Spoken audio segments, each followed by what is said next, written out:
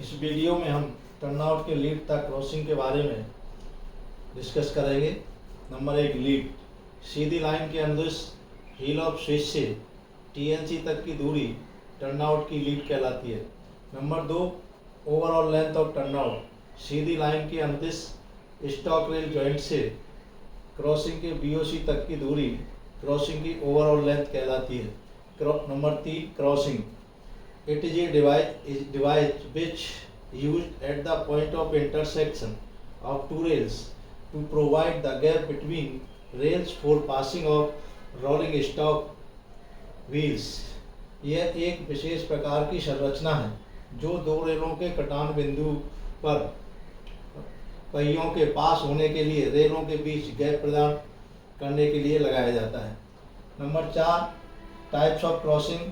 Crossing के प्रकार। Crossing निम्नलिखित 3 प्रकार की होती हैं। Number 1, built up crossing. Number 2, spring और movable wing rail crossing. Number 3, CMS crossing.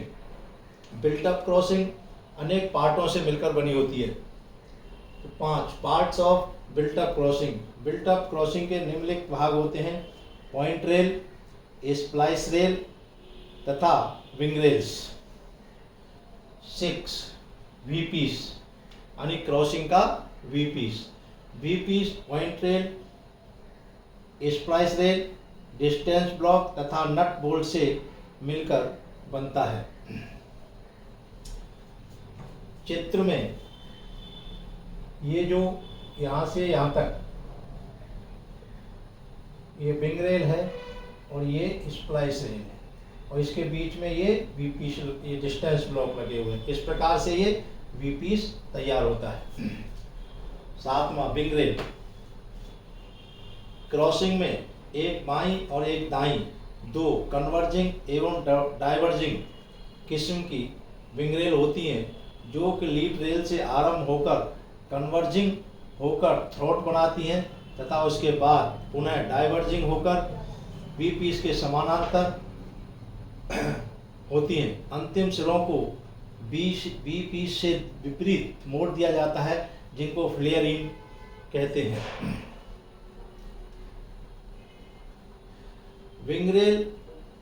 Wing रेलों को वीपीस के साथ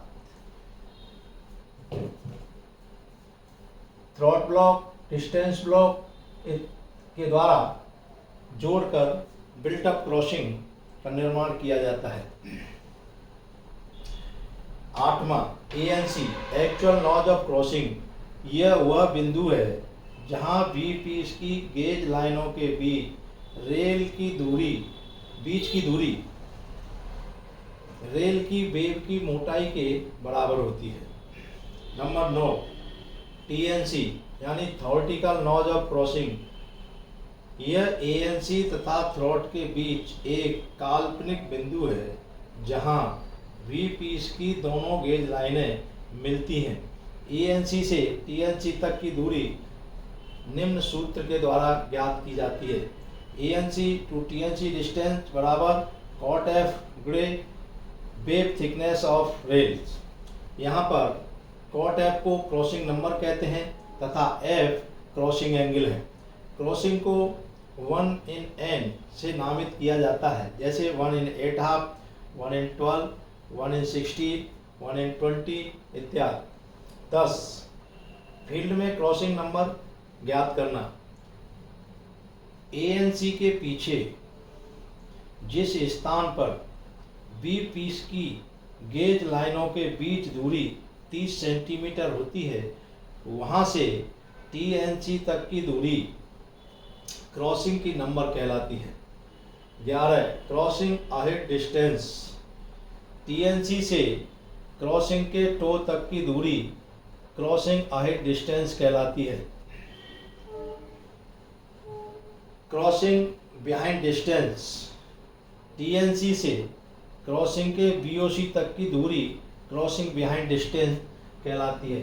जैसे यहाँ से लेकर के और ये बीओसी तक, ये जो क्रॉसिंग का बीओसी है और ये क्रॉसिंग का टो है।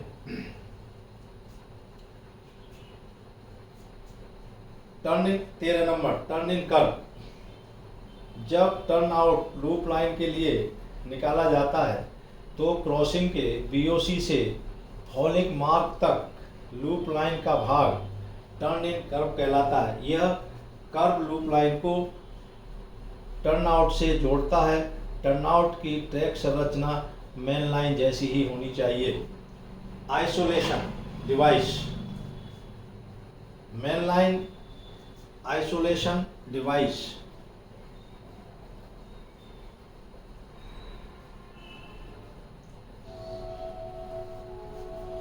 मेन लाइन तथा लूप लाइन को आपस में आइसोलेट यानी विच्छेदित करने के लिए लूप लाइन के एक सिरे पर ट्रैप यानी ड्रिलिंग स्विच तथा दूसरे सिरे पर सैंडम बनाया जाता है।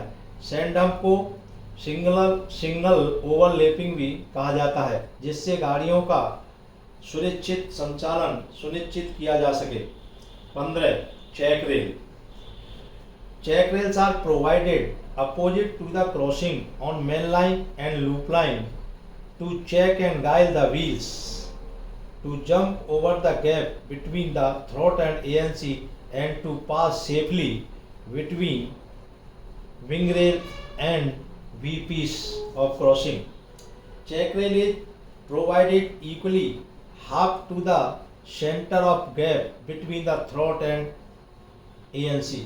नहीं, चेक रेल पहिए को क्रॉसिंग के ऊपर सही रास्ता दिखाने के लिए क्रॉसिंग के दोनों तरफ अपोजिट साइड मेन लाइन तथा लूप लाइन में लगाई जाती हैं। चेक रेल का सेंटर एएनसी तथा थ्रोट के बीच गैप के सेंटर पर रखा जाता है।